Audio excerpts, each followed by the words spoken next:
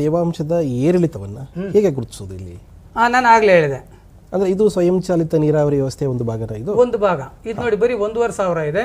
ಇದನ್ನ ಮೊದಲು ತಗೊಂಡೋಗಿ ಮ್ಯಾನ್ಯಲಿ ನೋಡ್ಕೊಂಡ್ಬಿಟ್ರೆ ಅವ್ನಿಗೆ ಸಾಕಾಗುತ್ತೆ. ಯಾಕೆಂದ್ರೆ ಎಷ್ಟು ದಿವಸಕ್ಕೊಮ್ಮೆ ಕೊಡಬೇಕಂತ ಅವನಿಗೆ ಅರಿವು ಬರಬೇಕಾಗತ್ತೆ.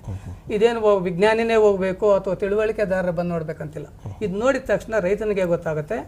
ರೈತನ ಇದನ್ನ ತಿಳಿದುಕೊಂಡಿದ್ದ ತಕ್ಷಣ ಅವನೇ ಮೊಬೈಲ್ ಮೂಲಕ ಅದಕ್ಕೆ ಕನೆಕ್ಟ್ ಮಾಡಿಬಿಟ್ಟು ಆ ಪ್ರೋಗ್ರಾಮ್ ಅಲ್ಲಿ ರೈತ ಸ್ವತಃ ಇದನ್ನ ಉಪಕರಣವನ್ನು ತೆಗೆದುಕೊಂಡು ಹೊಲಕ್ಕೆ ಹೋಗಬೇಕಾಗುತ್ತೆ. ಹೌದು, ಇದನ್ನ ಸ್ವಯಂಚಾಲಿತ ಅಂದ್ರೆ ಯಾವ ರೀತಿಯಲ್ಲಿ ಇದು? ಸ್ವಯಂಚಾಲಿತಗೆ ಮೊದಲು ಪ್ರೋಗ್ರಾಮ್ ಮಾಡೋದು ಮೊದಲಿಗೆ ಅವನಿಗೆ ಎಷ್ಟು ದಿವಸಕ್ಕೊಮ್ಮೆ ನಾನು ಸ್ವಯಂಚಾಲಿತ ನೀರು ಹರಿಸಬೇಕು ಅನ್ನೋದು ತಿಳಿದುಕೊಳ್ಳೋಕ್ಕೋಸ್ಕರ.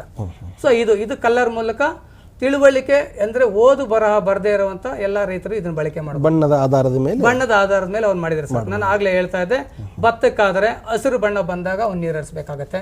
ಇತರೆ ಶುಷ್ಕತೆಯನ್ನ ತಡೆದುಕೊಳ್ಳುವ ಇರತಕ್ಕಂಥ ಬೆಳೆಗಳಿಗೆ, ಅಂತಹ ಬೆಳೆಗಳಿಗೆ ಹಳದಿ ಬಣ್ಣ ಬಂದಾಗ ನೀರು ಕೊಟ್ಟರೆ ಸಾಕಾಗುತ್ತೆ. ಅದು ನಾವು ತಿಳಿದುಕೊಳ್ಳಕ್ಕೆ ಇದು ಸಾಕಾಗುತ್ತೆ.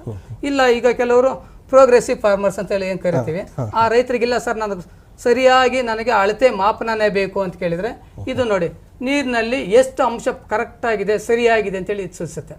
ಅವನೋಗಿ ನಾಬನ್ನು ಪ್ರೆಸ್ ಮಾಡಿ ಆಗಲೇ ಹೇಳಿದಾಗೆ ಸುಚ್ಚಿ ನೋಡಿದಾಗ ಮಣ್ಣಿನಲ್ಲಿ 35 ಭಾಗ ಇದೆಯಾ, 40 ಭಾಗ ಇದೆಯಾ, 25 ಭಾಗ ಇದೆ ಅಂತೇಳಿ ಸೂಚಿಸುತ್ತೆ.